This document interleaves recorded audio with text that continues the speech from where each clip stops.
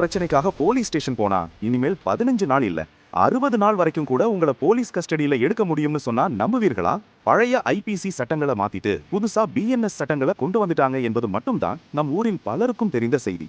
ஆனா இந்த புதிய சட்டங்களுக்குள் பெயில் வாங்குவதிலும் போலீஸ் விசாரணையிலும் சாமானியர்களை நேரடியாக பாதிக்கும் பல ஆபத்தான நடைமுறை மாற்றங்கள் ஒளிந்திருக்கின்றன.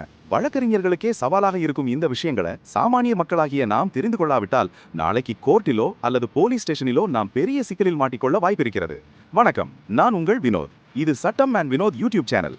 இன்னைக்கு வீடியோல பழைய ஐபிசி மற்றும் சிஆர்பிசிக்கு பதிலாக வந்திருக்கும் புதிய பிஎன்எஸ் மற்றும் பிஎன்எஸ்எஸ் சட்டங்களில் நீங்கள் கட்டாயம் தெரிந்து கொள்ள வேண்டிய 5 மிக முக்கியமான மறைக்கப்பட்ட மாற்றங்களை ரொம்ப எளிமையா டீடைலா பார்க்க போறோம். ஸ்கிப் பண்ணாம கடைசி வரைக்கும் பாருங்க.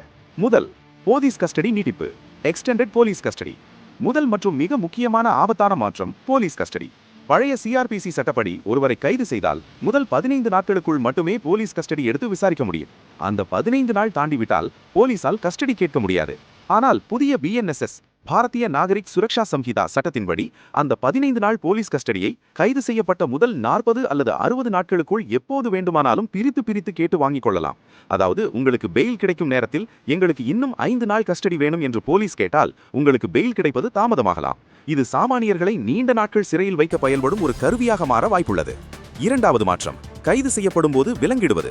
முன்பு மிக கொடிய குற்றவாளிகள், தப்பி ஓட முயற்சிப்பவர்கள் போன்றவர்களுக்கு மட்டுமே நீதிமன்ற அனுமதியோடு கைவிலங்கு போட முடியும். ஒரு சாதாரண மனிதனையோ பொருளாதார குற்றம் செய்தவனையோ ரோட்டில் விலங்கு மாட்டி இழுத்துச் செல்ல முடியாது என்று உச்சநீதிமன்ற தீர்ப்புகள் இருந்தன. ஆனால் புதிய சட்டத்தில் பிஎன்எஸ்எஸ் செக்ஷன் 43 படி பொருளாதார குற்றங்கள், கள்ள நோட்டு மற்றும் பல தீவிர குற்றங்களில் ஈடுபடுவோருக்கு போலீசார் நேரடியாகவே கைவிலங்கு பயன்படுத்தலாம் என்று சட்டம் அதிகாரம் கொடுக்கிறது. இதனால் சாதாரண செக் பவுன்ஸ் அல்லது பண மோசடி வழக்குகளில் கூட போலீஸ் அதிகாரப்படியான அதிகாரத்தை பயன்படுத்தும் அபாயம் உள்ளது. மூன்றாவது விஷயம், இஎஃப்ஐஆர் சிக்கல்கள், தி இஎஃப்ஐஆர் ட்ராப். நம்ம மூன்றாவது விஷயம் இஎஃப்ஐஆர் மற்றும் ஜீரோ எஃப்ஐஆர். இனிமேல் நாம் போலீஸ் ஸ்டேஷன் போகாமலேயே ஆன்லைனில் இஎஃப்ஐஆர் பதிவு செய்யலாம் என்பதை மிகப்பெரிய சாதனையாக பேசுகிறார்கள். இது உண்மைதான், வரவேற்கத்தக்கது.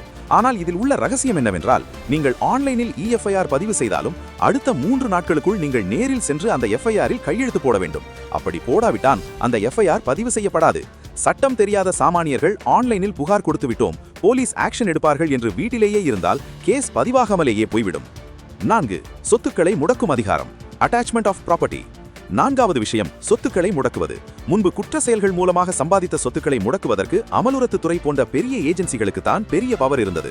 ஆனால் இப்போது உள்ளூர் போலீஸ் அதிகாரிகளுக்கே பிஎன்எஸ்எஸ் செக்ஷன் 107 படி மிகப்பெரிய அதிகாரம் வழங்கப்பட்டுள்ளது.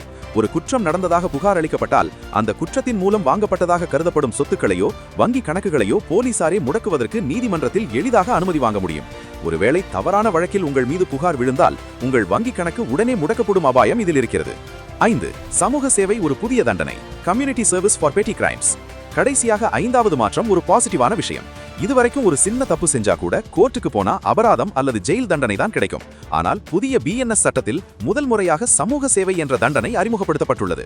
அதாவது பொது இடத்தில் போதையில் ரகளை செய்வது, 500 ரூபாய்க்கும் குறைவான திருட்டு அல்லது அவதூறு பரப்புவது போன்ற சிறு தவறுகளுக்கு உங்களை ஜெயிலுக்கு அனுப்பாமல் ஒரு குறிப்பிட்ட நாட்கள் சமூக சேவை செய்ய சொல்லி நீதிபதிகள் உத்தரவிட முடியும்.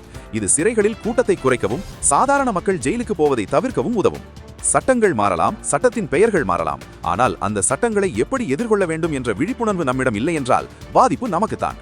இந்த புதிய பிஎன்எஸ் சட்டங்களில் போலீசுக்கு அதிக அதிகாரங்கள் வழங்கப்பட்டுள்ளன. எனவே எந்த ஒரு பிரச்சனை என்றாலும் தகுந்த வழக்கறிஞரின் ஆலோசனையை பெறுவது மிக மிக அவசியம். மேலும் இது போன்ற பல சட்ட தகவல்களை நீங்க எழுத்துப்பூர்வமா ஆர்டிகல்ஸா பொறுமையா படிக்கணும்னு நினைச்சீங்கன்னா நம்ம சேனலோட அதிகாரப்பூர்வ இணையதளமான sattamandvinod.com விசிட் பண்ணி பாருங்க.